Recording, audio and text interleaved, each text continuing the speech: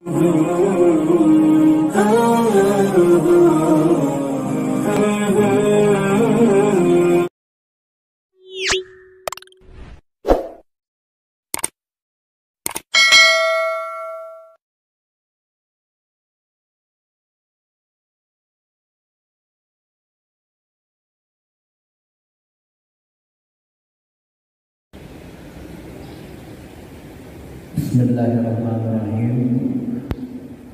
Assalamualaikum warahmatullahi wabarakatuh. Alhamdulillahirabbil alamin wal aqibatu lil muttaqin wa la udwana illa 'alal zalimin. Allahumma shalli ala sayyidina habibina syafi'ina wa maulana Muhammadin wa ala alihi wa sahbihi ajma'in, amma ba'd. Ma'asyiral muslimin, Bapak Ibu yang dirahmati Allah, sebelum kita mulai, mari kita baca Al-Fatihah. Kita berwasilah dengan Ummul Quran ini, mudah-mudahan membukakan pintu mata hati kita, dilapangkan dada kita, yashrah lahu sadrahu lil Islam, sehingga kita mendapat ilmu yang bermanfaat, bisa mentaati Allah sepanjang hayat, dan mudah-mudahan nanti kita kembali dalam keadaan husnul khatimah. Dan mudah-mudahan Fatihah ini juga disampaikan kepada Nabi kita, guru-guru kita yang soleh, para sahabat, keluarga, khususnya kepada Syekh Abdul Qadir Jilani yang bukunya kita bahas dan kita kaji. Al-Fatihah. A'udzubillahi minasyaitonir rajim. Bismillahirrahmanirrahim. Alhamdulillah. Iyyaka na'budu wa iyyaka nasta'in. Shiratal ladzina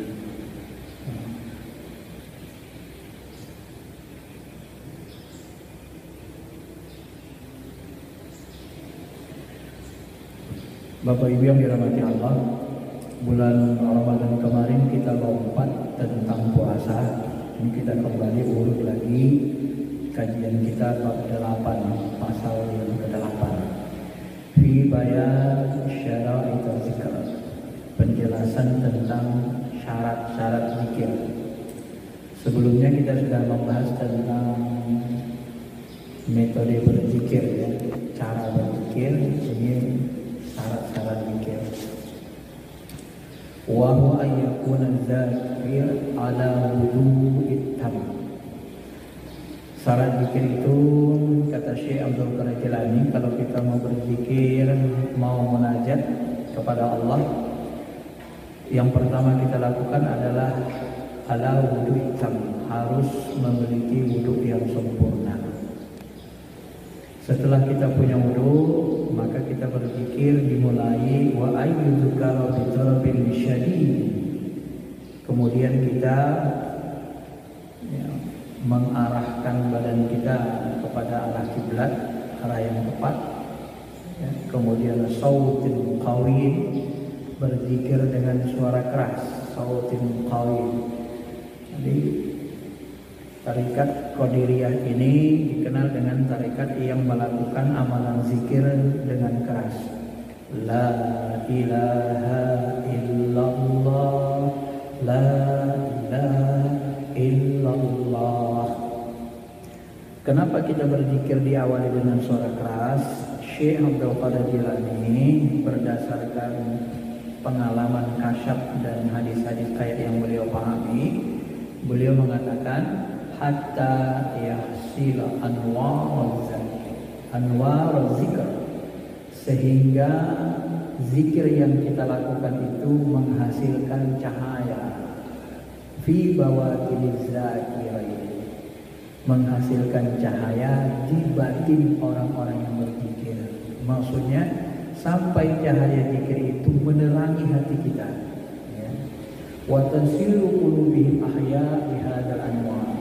Dengan cahaya zikir ini nanti kita akan merasakan hati kita akan hidup. maka hati kita gampang menangis, hati kita bergetar disebut nama Allah. Itu ciri-ciri hidup hatinya.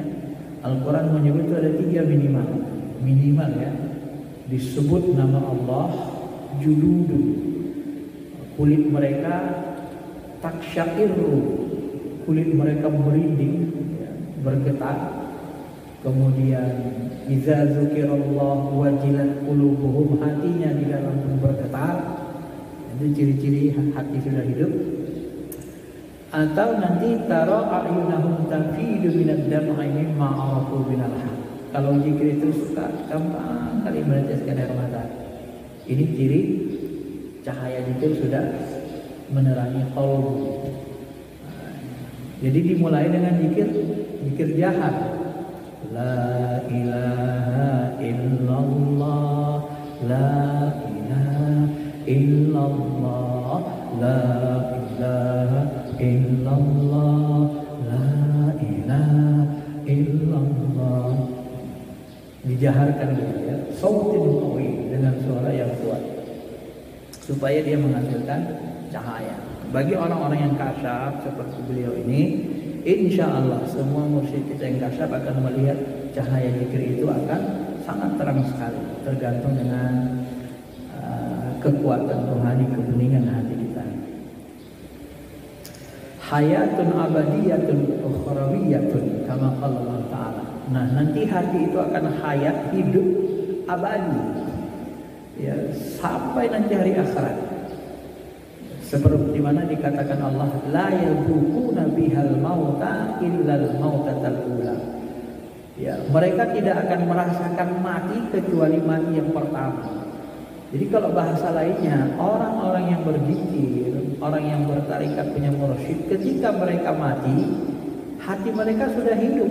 Maka hidup hatinya, qalbunya hidup, kesadarannya hidup, rohaninya hidup. Maka orang-orang yang meninggal dalam keadaan hatinya hidup tidak bisa dikatakan mati.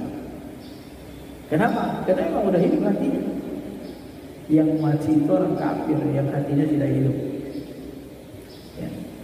Wa kama qala Allah Rasulullah sallallahu alaihi wasallam, sebagaimana dikatakan Nabi sallallahu alaihi wasallam juga, al-anbiya wal awliya yusalluna fi quburihim kama yusalluna fi buyutihim. Nah, para nabi, para wali itu mereka sholat di kubur mereka sebagaimana yang mereka sholat di rumah-rumah mereka. Emang hidup Pak rohani itu. Ruh itu gak mati. Siapa bilang ruh mati? Cari dalilnya coba. Baik Quran dan hadis. Gak ada yang mengatakan ruh orang beriman itu mati. Gak ada. Ruh yang mati itu, yang tak bisa menjawab, tak bisa ngapa-ngapain itu, itulah ruh orang kafir. Maka ketika selesai perang Badar, Nabi SAW dalam hadis Sahih Bukhari Muslim memanggil, hei Abu Jahal, hei Abu, segala Abu dipanggil. Orang-orang kafir itu, pembesar-pembesar kafir Quraisy, apakah kalian telah menemukan apa yang dijanjikan Allah kepada kalian? Diajak Nabi ngomong. Umar bin Khattab waktu itu ya, perang Badar ini kan baru-baru hijrah. Ngomong, ya Rasul, apa mereka mendengar? Mereka mendengar, tapi tak bisa menjawab. Orang kafir bisa mendengar, tapi ruhaninya terpenjara, tak bisa ngapa-ngapain. Ya, tersiksa, terpenjara. Adapun ruh para nabi, para rasul, apakah terpenjara? Tidak. Ruh para nabi, para wali, para orang-orang mukmin yang bertarikat punya mursyid yang hidup hatinya tidak terpenjara. Mereka hidup di dalam kuburnya. Apa dalil sahihnya? Ketika Nabi SAW Isra Mi'raj, Nabi melihat Nabi Musa sholat di atas kuburnya ketika Isra. Ketika Nabi Mi'raj naik ke langit, ya, Nabi SAW melihat Nabi Musa di langit. Yaitu kecepatan roh kan.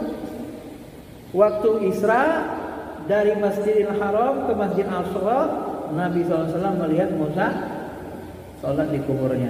Ketika Mi'raj naik ke atas, ketemu lagi di atas. Ini kecepatan. Artinya apa? Artinya inilah yang dikatakan Nabi, bahwa ruh para nabi, para wali itu tidak mati. Bal ahya'un inda rabbihim yurzaqun. Ya, Mereka itu hatinya, ruhaninya hidup, mereka mendapat rezeki. Mereka di sisi Tuhan. Di sisi Tuhan itu di mana? Di mana Allah itu? Ya. Jangan kita anggap di sisi Allah, inda rabbihim itu mereka ya di atas, katakan saja dulu di satu tempat, gak bisa ngapa-ngapain. Allah itu muhitun bikulli syai', meliputi segala ruang dan waktu, meliputi alam. Dan mereka itu bebas mau kemana saja. Maka di dalam kitab Ruh Ibnu Qayyim, Salman Al-Farisi mengatakan ruh orang beriman itu sholat di kuburnya, dan mereka bisa pergi kemanapun mereka mau dengan izin Allah. Saya terus terang Pak, waktu saya pertama membaca kitab Ruh ini, pendapat Salman Al-Farisi ini, kaget saya. Ternyata ada sahabat yang ngomong kayak gini, Salman Al-Farisi. Nah, saya melacak riwayat-riwayat tentang di mana ruh itu, ngapain ruh itu setelah orang beriman meninggal wafat. Saya lacak, kumpulin hadis-hadisnya dengan pendapat sahabat, termasuk kitab Ibnu Qayyim. Tiba-tiba sampai lembaran yang mengatakan, Salman Al-Farisi mengatakan ruh orang beriman tempatnya di mana? Ruh orang beriman berada di atas kuburnya, dan dia sholat di atas kuburnya, dan dia bisa pergi kemanapun dia mau dengan izin Allah. Kaget saya. Sahabat-sahabat lain sebagian berpendapat tidak seperti itu. Sahabat lain ada yang mengatakan seperti Al-Quran, seperti hadis, ruh orang beriman nanti berada di dalam paruh burung hijau orang yang mati syahid. Itu hadis sahih. Ya. Ruh orang beriman nanti ada yang berada di atas manabirul, dekat mimbar arasnya Allah Ta'ala. Macam-macam. Nah, tiba Salman Al-Farisi, dia sebut begitu. Maka saya lacak, siapa sebenarnya Salman Al-Farisi ini? Lacak-lacak, Salman Al-Farisi ini adalah mursyid tarikat Naqsabandiyah dan Alawiyah. Dari Abu Bakar, Salman Al-Farisi, terus ke bawah. Kemudian tarikat Awaliyah, gitu juga Imam Ali, Salman Al-Farisi, terus nanti Hasan Nusri, terus ke bawah. Nah, dari situ kita paham, ternyata ada mursyid tinggi, mursyid tarikat, yaitu siapa? Salman Al-Farisi. Dan dia berpendapat begitu. Dan untuk ilmu gaib seperti ini harus dikonfirmasi dengan kasyafnya para ulama-ulama. Kasyful ghaib. Saya contohkan gini, ilmu ini kan Pak, tidak semuanya ilmu jahil. Nabi itu punya ilmu jahil, ilmu batin. Ilmu batin itu hanya bisa dikonfirmasi orang yang rasikh ilmunya. Contoh, rapatkan saf kalian, saf yang tidak rapat, nanti akan datang setan berbentuk anak kambing. Hadis sahih, kata Nabi SAW. Siapa yang bisa mengkonfirmasi kebenaran itu? Bahasa Nabi itu. Siapa yang bisa? Orang syariat tidak bisa. Ulama syariat tidak bisa. Yang bisa mengkonfirmasi kebenarannya hanya ulama hakikat, yang mereka diberi keizinan Allah untuk melihat itu. Nah, maka ilmu Nabi itu bukan ilmu syariat saja. Sunnah Nabi bukan sunnah syariat saja. Nabi ngomong syariat keluar, hakikat keluar. Maka orang yang belajar sunnah syariat jahil saja, saya khawatir kita Pak, nggak hidup kalbunya, ya, nggak hidup kalbunya. Kalau kalbunya tidak hidup, ya, ketika dia mati ruhnya.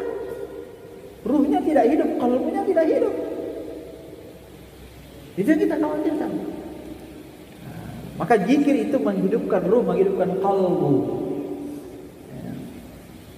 Ma'asyiral muslimin, Bapak Ibu yang dirahmati Allah Subhanahu wa taala. Nah, beliau mentakwilkan yang dimaksud dengan sallu di sini, yakni yunajuna rabbahum abada. Mereka munajat. Ya, duduk di atas kuburnya munajat, hanya ingat Allah rohaninya. Munajat kosong. Kalau dalam bahasa orang agama-agama dulu itu, orang-orang Jawa itu sebut apa istilahnya? Kalau orang Hindu menyebutnya dengan apa istilah mereka? Seperti orang bertapa gitu, apa namanya? Apa namanya Pak? Meditasi ya. Bahasa modernnya meditasi. Meditasi dalam Islam itu itulah namanya tahannus di akhirat. Meditasi dalam itu itulah yang disebut dengan i'tikaf, munajat. Yunajuna rabbahum, mereka munajat. Munajat itu ngapain? Bisik-bisik. Arti dasar munajat itu bisik-bisik, menghadapkan hati hanya ke Allah. Hati kita saja yang ngobrol sama Allah. Ke Allah. Enggak ada yang kita ingat yang hadir di hati kecuali hanya Allah Ta'ala. Kenapa bisa begitu? Di dunia mereka itu aja kerjanya, Pak. Nabi, Rasul, Wali, itu mereka meluangkan waktunya untuk munajat, berzikir. Maka Nabi mengatakan khairul zikr al-khafi, zikir terbaik itu zikir tersembunyi, zikir dalam hati, zikir munajat. Itulah zikir taslim. Nah, orang yang membiasakan zikir dengan zikir munajat, zikir taslim, hanya pasrah berserah diri ke Allah, nanti dia meninggal, ruhnya gampang keluar orang hidup. Ya, wala tamutunna illa wa antum muslimun. Jangan kamu mati kecuali dalam kondisi hati kamu, ruh kamu salimah, qalbun salim. Qalbun salim, hati, ruh yang pasrah berserah diri hanya ke Allah, menyerahkan dirinya ke Allah. Wa antum muslimun, kecuali kamu mati dalam keadaan muslimun. Muslimun itu apa? Hakikat makna muslimun itu adalah berserah diri hanya ke Allah. Ya, tunduk patuh. Salimah, aslama, arti dasarnya tunduk patuh berserah diri. Maka ketika kita mati, karena kita sudah sering munajat pasrah berserah diri ke Allah, ketika kita mati gampang ruhnya keluar. Ruhnya hidup keluar, terpisah dari jasad. Kenapa? Sudah terbiasa munajat berserah diri ke Allah. Adapun orang-orang yang tidak mampu berserah diri pasrah benar-benar ke Allah, merekalah para pecinta dunia. Maka nanti matinya susah sekali ruhnya keluar dari badannya, susah sekali pisah, Pak. Kenapa? Karena ruhaninya di situ, qalbunya masih berisi hubbud dunia yang terlalu banyak. Jadi yang membuat orang susah meninggal, salah satunya dikatakan ulama adalah karena qalbu, hati kita berisi dunia selain Allah. Ya, begitu kita mau meninggal, mau kembali ke Allah, anakku lagi, perusahaanku lagi, uangku lagi, itu ruhani rasa kita itu, Pak, dia susah sekali berpisah dengan bumi, dia ditarik terus sama perasaan itu. Itu yang membuat orang susah meninggal. Ya, sakit sekali dirasakannya untuk kembali kepada Allah. Masyarul muslimin, Bapak Ibu yang dirahmati Allah. Nah, beliau mentakwilkan yusalluna fi buyutihim ini, yusalluna fi kuburihim, mereka sholat di kuburnya itu dimaksudkan adalah munajat. Yunajuna rabbahum, mereka munajat kepada Allah. Ya. Walaysa ma'nahu zahiratus shalah minal qiyam war ruku' was sujud wal qud, bal mujarrad al munajat min qablil 'abad, min qibalil 'abad. Jadi beliau mengatakan bukan salat ruku' sujud, enggak pakai ruku' sujud lagi. Kenapa? Karena di alam ruh, di alam barzah itu tidak ada perintah salat. Enggak ada perintah lagi, Pak. Jadi mereka salatnya munajat. Ruhani itu munajat Allah. Maka dalam surah Yasin nanti kadang-kadang disebut ruh itu tertidur, tiba-tiba dibangunkan, kaget dia. Ada yang mulai seperti itu, menikmati keheningan, kematian itu. Kematian itu seperti tidur. Ruhaninya yang Allah saja menikmati. Tahu-tahu sudah dipanggil trompet, terbangun dia, terkejut. Siapa yang membangkitkan kami? Memba'asana, ya, siapa yang membangkitkan kami? Dan mereka tidak merasa tersisa. Ada yang seperti itu. Jadi macam-macam mereka. Di sini disebut munajat di atas kubur mereka. Masyarul muslimin, Bapak Ibu yang dirahmati Allah Subhanahu. Wal hadiyatul al ma'rifah min kibalil haq. Nah, apa fungsi munajat itu? Fungsi munajat itu adalah ma'rifatullah. Fayakunal arif muhraman ilallahi ta'ala biziyadatil munajat fi qabrihi. Nah, kata beliau, Maka orang-orang yang arif billah, yang ma'rifat kenal dengan Allah, menjadi mahramnya Allah. Mahram Allah itu seperti, ya bahasa kita seperti ahlullah, keluarga Allah, orang-orang yang selalu bersama dengan Allah. Beliau menyebut dengan istilah mahram, muhrim, muhraman, muhrim. Kalau diterjemahannya disebut mahramnya Allah. Dengan munajat di dalam kuburnya, sebagaimana dikatakan Nabi sallallahu alaihi wasallam, al-musalli yunaji rabbahu. Nah, beliau mentakwilkan munajat karena Nabi mengatakan orang yang sholat itu adalah orang yang sedang munajat kepada Rabbnya. Jadi munajat sholat di situ bisa ditakwilkan munajat. Kenapa beliau mentakwilkan orang yang meninggal itu, orang beriman itu sholat dalam arti munajat di atas kuburnya?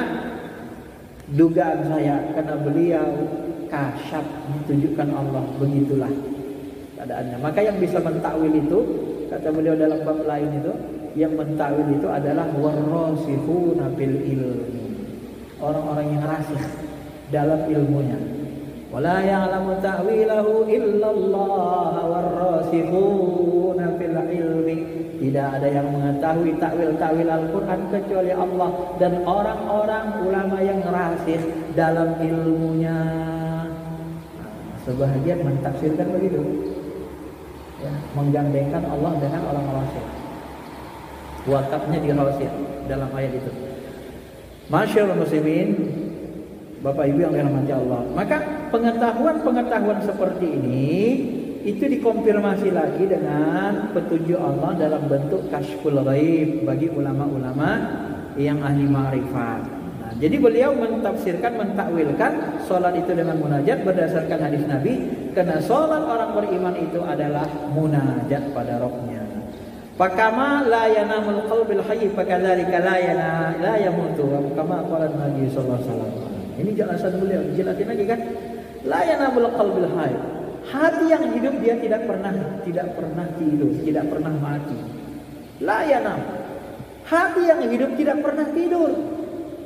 Oh, udah hidup hatinya, Pak. Kalau udah hidup hati enggak pernah tidur. Fadzakadzalika la yamut, maka dia tidak mengalami mati lagi sebagaimana Allah katakan tadi, la yadzuquna fihal mauta illa mautatal ula. Kan ada lagi kematian. Sesudah kematian pertama yang ada kehidupan. Wa kama qala Nabi sallallahu alaihi wasallam, sebagaimana Nabi mengatakan, tanamu aini wa la yanamu qalbi. Hadis sahih Bukhari Muslim. Di dalam hadis sahih Bukhari, di dalam bab salat malam disebut, ketika Aisyah bertanya kepada Rasul, "Ya Rasul, apakah engkau setelah tahajud tidur lagi baru kemudian salat subuh?" Aisyah menanya begitu, dijawab Rasul, tanamu aini wala yanamu qalbi. Hai Aisyah, mataku yang tidur, hatiku tidak, ruhaniku tidak. Maka ruhani orang-orang yang sudah hidup, qalbunya sudah hidup, ruhaninya sudah hidup, qalbunya hidup, tidak mengalami mati, tidak mengalami tidur lagi. Tidur itu bagian dari mati. La yanamu qalbi. Hatiku tidak mati lagi, tidak tidur lagi. Nah, gimana akhirnya, Pak? Ya. Dia menjelaskan begitu. Wa qala Allah Rasulullah SAW. Begitu juga Nabi SAW bersabda dalam hadis lain, "Mamma fi talabil ilmi ba'asallahu fi qabrihi malakaini yu'allimanihi ilmal ma'rifah wa qama min qabrihi aliman wa 'arifah." Ini masyaallah. Kata beliau apa? Barang siapa yang mati dalam menuntut ilmu zahir, ilmu batin, ya. Para salik-salik yang menuntut ilmu untuk mengenal Allah, mereka belajar ilmu syariat, mereka belajar ilmu hakikat. Ya, ketika mereka mati dalam kondisi salik, punya guru, ba'asallahu fi qabrihi, maka Allah bangkitkan di dalam kuburnya nanti malakaini, dua malaikat. Ya, yu'allimani, dua malak ini mengajari dia ilmu ma'rifah dan waqama min qabrihi, dan nanti dia dibangkitkan dari kuburnya pada hari pembangkitan dalam kondisi alim wa arifan, menjadi ulama arif dan orang yang arif billah. Masya Allah. Kalau bahasa beliau, inilah untungnya orang yang bertarikat, punya mursyid. Coba kita lihat penjelasannya. Wal muradu fil malakaini wa ruhaniyan nabi wal wali. Apa yang dimaksud dengan dua malaka ini di situ? Dua malaka ini di situ beliau mentakwilkan. Ini mungkin berdasarkan kasab juga, kita baik sangka. Apa yang dimaksud dua malaka ini di situ adalah ruh nabi dan ruh wali. Maksudnya siapa ruh wali? Itulah mursyid tarikat kita tadi Pak. Ngajari kita nanti terus di kuburan. Ruhani kita. Ruhani kita nggak mati. Di kuburan diajari munajat untuk mengenal Allah, dibersihkan lagi. Bebas. Inda rabbihim, di sisi Tuhan mereka. Di sisi Tuhan mereka mana? Allah itu meliputi alam langit dan bumi. Muhitum bikulli syai'. Yang ruhani itu di balik ruang kosong ini. Cuma dibahasakan di kuburnya. Maka beda ziarah kita. Misalnya kita mendoakan orang dari sini dengan langsung ke kuburnya, beda. Ada keberkahan kita ziarah kubur. Maka Nabi itu sebenarnya paling senang ziarah kubur. Kadang-kadang beliau ziarah kubur tengah malam. Sampai jam-jam 2 malam beliau tuh. Pernah satu saat hilang, rupanya ziarah. Cuma karena orang-orang kafir Quraisy dulu belum paham ilmunya, takut Nabi kuburan ini nanti Pak dijadikan sesembahan. Karena mereka nyembah berhala, nyembah hantu. Jadi karena Nabi mengatakan kuburan itu orang-orang saleh itu hidup, ruhnya takut disembah. Kenapa? Karena belum kenal Allah. Kalau sudah bermakrifat, sudah ikut tarikat, kenal mana itu ruh guru, mana Allah. Jadi orang tarikat senang ziarah dan mereka tidak takut sama kubur. Kenapa gak takut sama kubur? Wong kubur itu tempat di sana paling kalaupun muncul dulu para wali, orang-orang soleh, apa yang mau ditakutkan? Ya kan? Apa yang mau ditakutkan? Makanya kalau orang sudah ilmunya lumayan bagus di ilmu tarikat, lucu kalau orang takut dengan kuburan, Pak. Lucu. Kok takut dengan kuburan? Ya kuburan itu tempat guru kita. Kita menziarahi, ada keberkahan di situ. Kok takut sama orang mati? Harusnya takutnya sama orang hidup. Dia masih bisa bergerak kan? Orang jahat, orang hidup. Nah, lebih takut kita dari orang hidup berjahat. Kalau rohani, orang kafir mau ngapain dia? Mau terpenjara? Kok takut? Orang soleh tak akan berbuat buruk, dialah buruk. Kok takut? Jadi yang mau ditakuti apa? Maka kalau orang takut kuburan aneh, lucu bagi orang-orang yang sudah paham ilmunya. Ya. Ma'asyiral muslimin, Bapak Ibu yang dirahmati Allah SWT. Maka nanti belum makrifat kita, ikut tarikat kita, ada mursyid kita, nanti di alam kubur, di alam ruh, di alam barzah itu ruh rohani kita terus ditempa. Itulah nanti Nabi mengajari kita, kemudian guru kita mengajari kita di alam ruh. Sampai nanti hari berbangkit. Hari berbangkit itulah nanti kita dibangkitkan dalam kondisi alim, kondisi arif billah, kenal dengan Allah. Jadi sebelum hari kiamat itu masih ada belajar di alam ruh. Kalau menurut ilmu tarikat, ilmu rohani, Syekh Al-Qurjani menyebut gitu. Ya. Sebagaimana juga Nabi SAW pernah bersabda, "Kam min rajulin mata jahilan wa qama yaumal qiyamah aliman wa arifan." Dalam sebuah hadis Nabi mengatakan, berapa banyak seseorang murid salih bodohnya dia di dunia, gak alim dia, gak banyak-banyak kali ilmunya, tapi dia ikhlas terus mengikuti syariat, terus mengikuti tarikat, ngikutin gurunya. Ya, kayak misalnya kalau bahasa sederhananya, tukang-tukang sapu Wali Songo itu mereka ikhlas mengabdi kepada Wali Songo, para wali. Ya, mengambilkan wudhunya seperti sahabat-sahabat yang mengabdi kepada Nabi, diambilkan wudhunya. Dia mengabdi, bodohnya ini tidak terkenal alim. Lalu Nabi mengatakan, "Hai sahabat, apanya sebenarnya maumu?" "Ya Rasul, sebenarnya aku gak ada mauku kecuali satu." "Apa itu?" "Aku nanti di surga bisa lah bersama denganmu." "Baik, kudoakan, bantu dengan amalan sujud." Ini orang bodoh kalau bahasa kita. Ini sahabatnya gak terkenal ini Pak, yang bersama Nabi ini. Kerjanya hanya ngantarin wudhu Nabi. Waktu perang disiapinnya wudhu. Dilayani Nabi. Kam min rajulin mata jahilan. Kalau bahasa sederhananya, berapa banyak orang-orang beriman itu enggak orang pintar, jahil dia, Pak. Tapi dia mengabdi kepada gurunya, kepada mursyidnya dengan ikhlas, dia bantu mursyidnya untuk mengembangkan agama Allah, mati dalam kondisi jahil, bukan ahli ilmu. Tapi di akhirat dikubur nanti terus dididik mursyidnya yang di atas sampai nanti dia dibimbing juga Nabi SAW. Akhirnya dia menjadi qama yaumal qiyamah aliman wa arifan, dan bangkit dia pada hari kiamat dalam kondisi ruhaninya alim, digolongkan kepada ulama. Nah, kalau bahasa saya makanya wajar Pak, kata Imam Nawawi dalam hadis Arba'in pembukaan, siapa yang hafal 40 hadis, mengamalkan 40 hadis, maka dia dibangkitkan dengan jumratul ulama, bersama rombongan para ulama. Hafal 40 hadis, ngamalkan 40 hadis, mati dibangkitkan dalam jumratul ulama. Nah, itu hadis pengantar riwayat hadis Arba'in Imam Nawawi. Nah, makanya dia buat hadis itu 40 supaya kita hafal, kita amalkan. Nah, ini keuntungannya orang yang berguru tadi.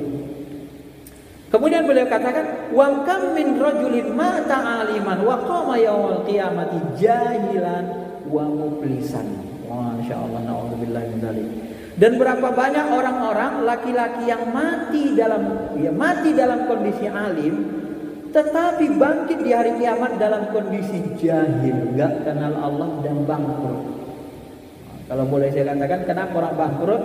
Ini bangkrut ini kan ada hadis sahihnya, ya. Atadruna minal muflis? Wahai sahabat, tahukah kalian siapa yang muflis? Lalu sahabat bertanya, ya Rasul, orang muflis itu orang yang bangkrut gak ada duit lagi. Oh enggak.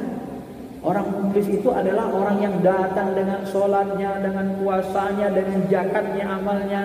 Waqad syatama haja, dia suka mencela ulama, mencela orang lain. Wa qadzafa haja, dia suka membohongi, buat bohong, provokator. Belum tahu dia benar, sudah dia yakini benar. Akhirnya nanti dia menyakitin orang, dia membina orang, dia bohongi orang. Akhirnya nanti pahala sholatnya habis, muflisan. Nah, ada orang alim, tapi alimnya syariat, hatinya tidak hidup, qalbunya tidak hidup dengan zikrullah. Dakwahnya mencaci, mencela, dakwahnya provokator. Asik ngaji ulama, mencela ulama, habis, bangkit dalam kondisi jahil, bodoh, gak kenal Allah, muflis, bangkrut, habis amalnya. Karena banyak mencaci maki. Nah, itu masalah di sini, Pak. Ya. Jadi jangan main-main dengan ilmu tarikat, ilmu zikir ini. Kalau kalbu kita gak hidup, kalau kalbu kita gak kenal Allah, mati kalbu itu. Yang bisa menghidupkan kalbu zikrullah, ya. Yang bisa membuat kalbu ma'rifatullah, zikrullah. Ma'asyiral muslimin, Bapak Ibu yang dirahmati Allah. Nah, inilah yang dikatakan Allah Ta'ala, adhabatum tayyibatikum fi hayatikum ad-dunya wastamta'tum biha fal yawma tujzauna 'adzabal hun bima kuntum tastakbirun. Ini sindiran. Sebenarnya ini lebih kepada buat orang-orang kafir dan orang-orang munafik. Adhabatum tayyibatikum, betapa banyaknya hal-hal yang baik kamu habiskan dalam kehidupan dunia kamu. Kamu hanya menikmati kehidupan dunia, tak pernah kamu terpikir untuk menghidupkan hati dekat dengan Allah. Wastamta'tum biha, kamu hanya menikmati benda-benda bumi dunia ini saja. Kamu tidak terpikir untuk menghidupkan qalbumu, munajat terus-menerus kepada Allah. Falyaum tujzauna 'adzabal hun, maka hari ini kamu dibalas dengan azab yang menghinakan, sebab perbuatan-perbuatan kamu yang menyombongkan diri, berpaling dari Allah, tidak mau sholat, tidak mau munajat kepada Allah. Wa qala Rasulullah SAW, innamal a'malu binniyat wa niyatul mu'min khairun min amali wa niyatul fasik syarrun min amali. Nabi SAW bersabda, sesungguhnya perbuatan tergantung dengan niatnya. Munajat kita, zikir kita, ikut tarekat, niat kita bisa dekat dengan Allah, niat kita dengan ma'rifat, niat kita salat kita khusyuk, niat kita kenal dengan Allah, tapi belum sampai, belum terbuka pintu ma'rifat, diteruskan nanti di kuburan sama guru-guru dan dibantu Nabi SAW. Sampai kita kenal dengan Allah, Subhanahu wa taala. Ya.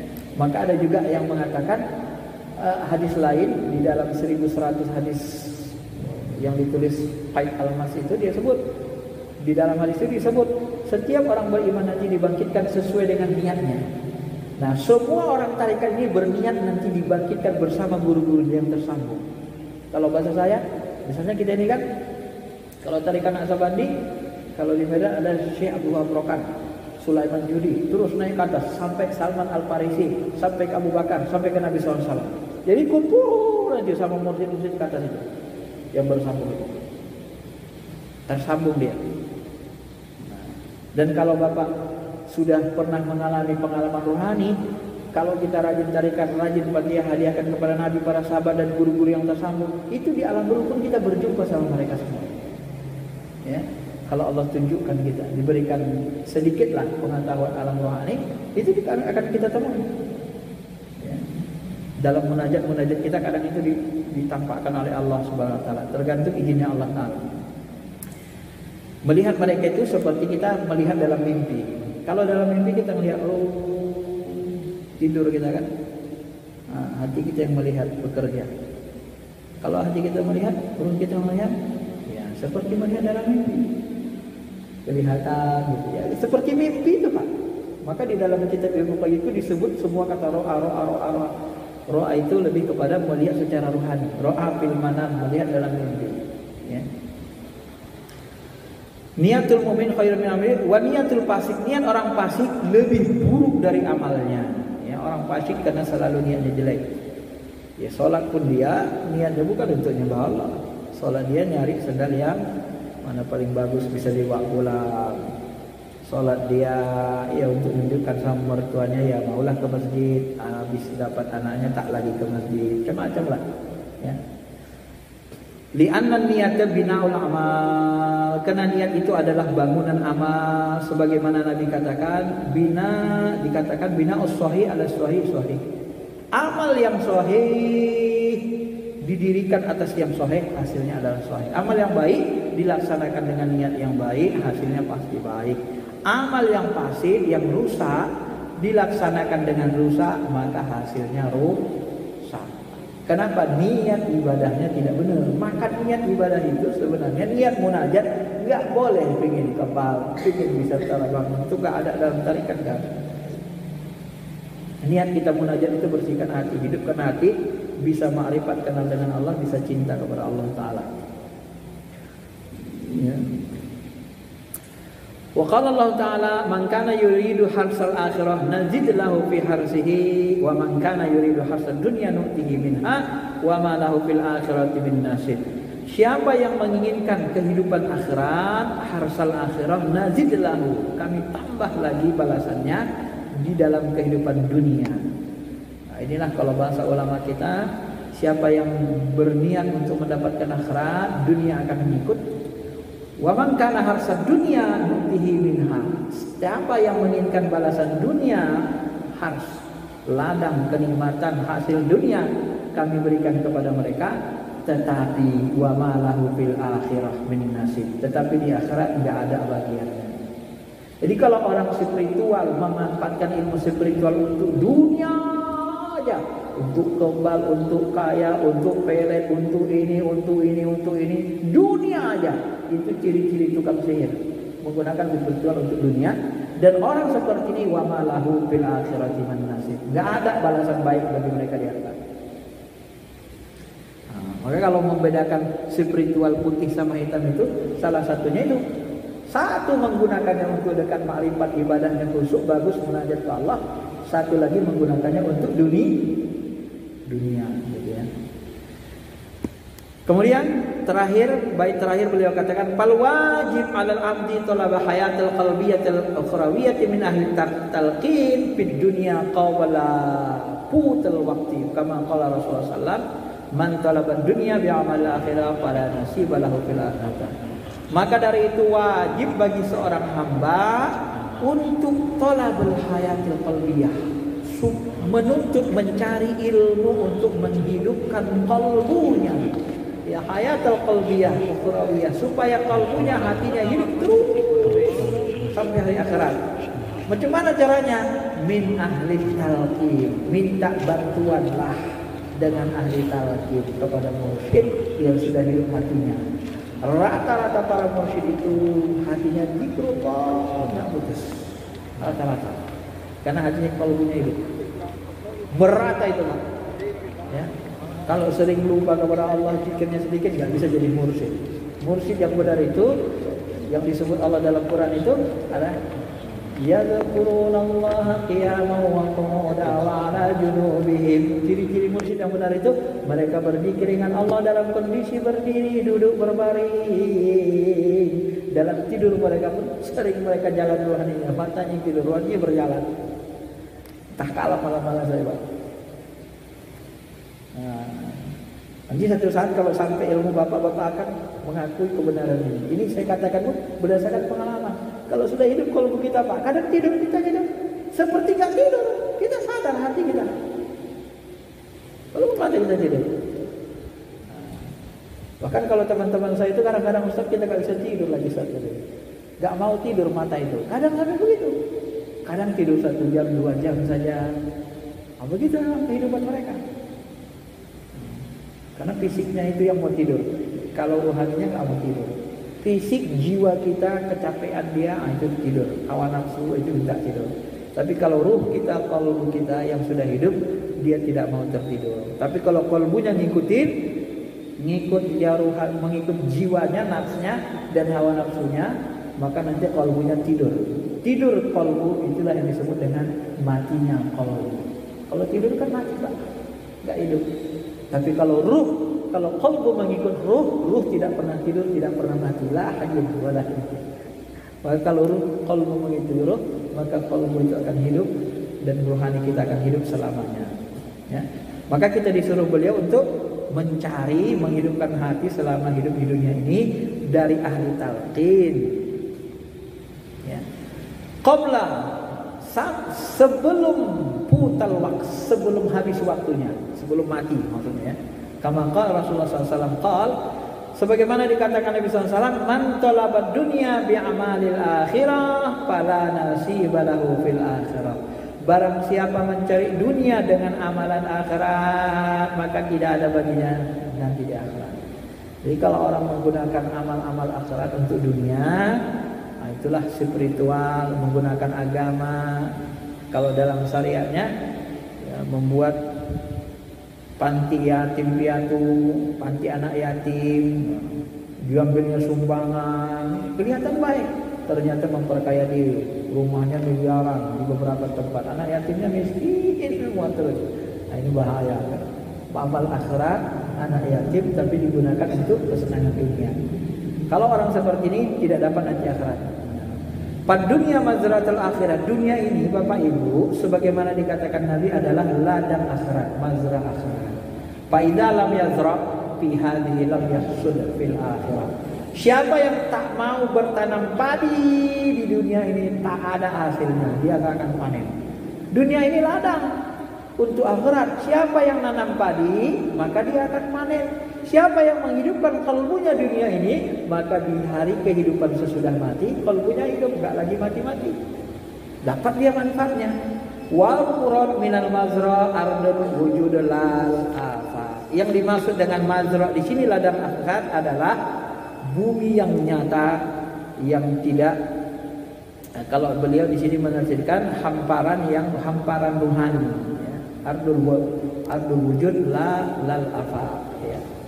Bumi yang senantiasa ada, yang tidak binasa. Hamparan ruhani. Kalau beliau penterjemah lain menyebutkan hamparan rohani. Artinya yang dimaksud dengan ladang akhirat itu apabila kita menghidupkan rohani kita, ladang untuk menghidupkan rohani, ketika kita mati dalam kubur kita munajat. Ya. Maka orang-orang beriman itu dia bebas. Berbeda dengan orang kafir. Yang terakhir Bapak Ibu, sedikit lagi tambahan pendapat mursyid-mursyid kita, tambahan dari penjelasan ini. Orang-orang yang bertarikat, orang-orang yang selalu munajat dekat dengan Allah di dunia, nanti dalam kuburnya juga dia akan dekat. Maka nanti kata sebagian ulama kita, ruhani mereka itu sebagaimana dikatakan Salman Al-Farisi, mereka ruhaninya bebas di kuburnya munajat, dan mereka bisa pergi kemanapun mereka mau dengan izin Allah.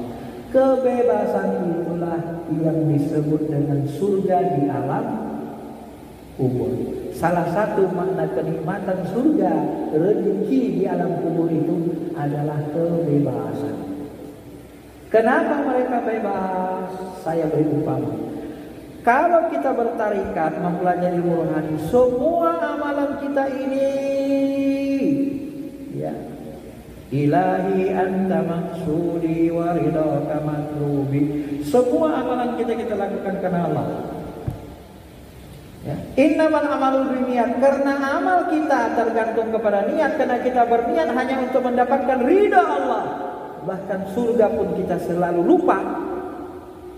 Kita lupa dengan surga, Pak, kalau sudah tinggi makamnya di dunia tarekat spiritual. Kenapa? Yang kita inginkan Allah saja. Maka nanti ketika kita mati, kita bebas bersama Allah, karena Allah itu bebas di seluruh alam, meliputi alam.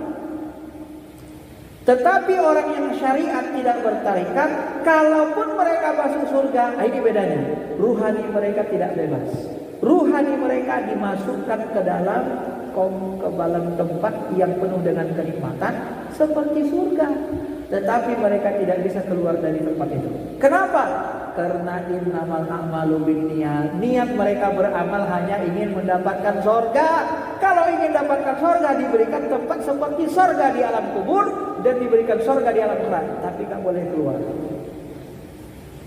Kenapa? Karena amal tergantung niat. Tapi orang yang niatnya karena Allah, ingin ridha Allah dalam beramal soleh, dia bebas, dibebaskan Allah. Kalau mursyid kita sebagian mengatakan, mencontohkan seperti rektor. Kalau di universitas ada rektor, ya, atau kalau di pemerintahan ada ajudan presiden. Ajudan itu walaupun dia nggak pangkatnya menteri, nggak pangkatnya, kalau di kampus dia nggak wakil rektor, dia nggak dekan, gitu kan. Tapi dia kemana rektor, dia ikut. Apa yang dia katakan, dia bisa panggil dekan, dia panggil kaprodi, ya. Ajudan presiden, dia bisa panggil menteri, dia panggil wakil presiden, takut semua sama dia ajudan. Kemana presiden, ke situlah dia pergi. Kenapa? Karena niatnya presiden, dia bersama presiden. Orang yang beramal niatnya bersama Allah saja, ridha Allah saja, dia bebas. Ini logika dunianya untuk memperkuat pendapat sahabat. Maka orang tarikat itu bebas. Bebas, Pak. Ya. Makanya kalau sudah dapat ilmunya, kita nggak takut lagi nyembah kubur. Tapi kalau nggak ngerti ilmunya, takutnya nggak menentu, karena tak beri ilmu pula kan. Ya. Maka ketika kita munajat, berdoa di kubur para mursyid, para wali, ya doakan aja. Kalau Allah izin, kadang-kadang dibukakan kasab kita, nampak kita ruhaninya di situ munajat. Di situ dia. Maka ada seorang habib, syekh, ketika dia munajat, kemudian dia doakan ahli kubur, ya, tiba-tiba muncul jin korinnya. Udahlah, sudah siap pulang kita katanya. Kenapa zaman kali saya nggak jadi lagi bajingan panjang-panjang? Nggak hadir ruhaninya, yang hadir jin korinnya, katanya jin korinnya. Nah, kalau jin korinnya, beliau langsung mungkin ruhaninya tidak bisa dihadirkan di situ. Mungkin ruhaninya sedang bersama Nabi, bersama yang lain, sibuk yang lain. Jadi nggak hadir di kuburan itu. Itu makanya orang tarikat itu suka ziarah kubur, karena kadang-kadang bagi yang kasyaf ya. Kalau kita biasa ya kita nggak lihat, ya kita cuma doakan saja. Habis kita berdoakan para wali di kuburnya, baru kita doa untuk diri kita. Ya Allah, hajat kita yang baik. Maka kata Imam Syafi'i, aku kalau ada hajat besar, ziarah aku di makam Imam Hanafi. Setelah ku ziarahi, ku doakan Imam Hanafi, doa aku di kubur Imam Hanafi. Ku mohon kepada Allah, maka terkabullah doaku. Kalau bahasa saya, kalau ini pemahaman saya, karena ruhani orang-orang soleh tadi yang beramal karena ridha Allah itu bebas, ketika kita berdoa, mereka punya hak mengaminkannya. Karena bebas. Kalau saya memahaminya gitu, Pak. Ya. Ketika kita bersalawat, Allahumma sholli ala sayyidina Muhammad. Ruhani Muhammad, ruhani bebas. Ditampakkan langsung salawat itu di hadapan ruhani Nabi. Langsung dibalas Nabi. Langsung dibalas Allah salawat dengan 10 kali lipat, 10 anak. Nah itu untuk Nabi. Kalau tingkat wali tak sehebat itu. Tingkat wali ya paling dia mengaminkan saja, dibalas dengan kebaikan yang lebih rendah. Tapi tingkat Nabi sampai 10 sehebat itu. Kalau saya manusia itu, dan itu semua berdasarkan hadis dan berdasarkan pendapat sahabat dan juga berdasarkan dikonfirmasi berdasarkan ilmu kasyaf ulama-ulama rasikh. Itulah bedanya nanti pengetahuan orang tarikat dengan orang yang tidak bertarikat. Saya kira itu saja penjelasannya. Hampir izin. Terima kasih. Assalamualaikum warahmatullahi wabarakatuh.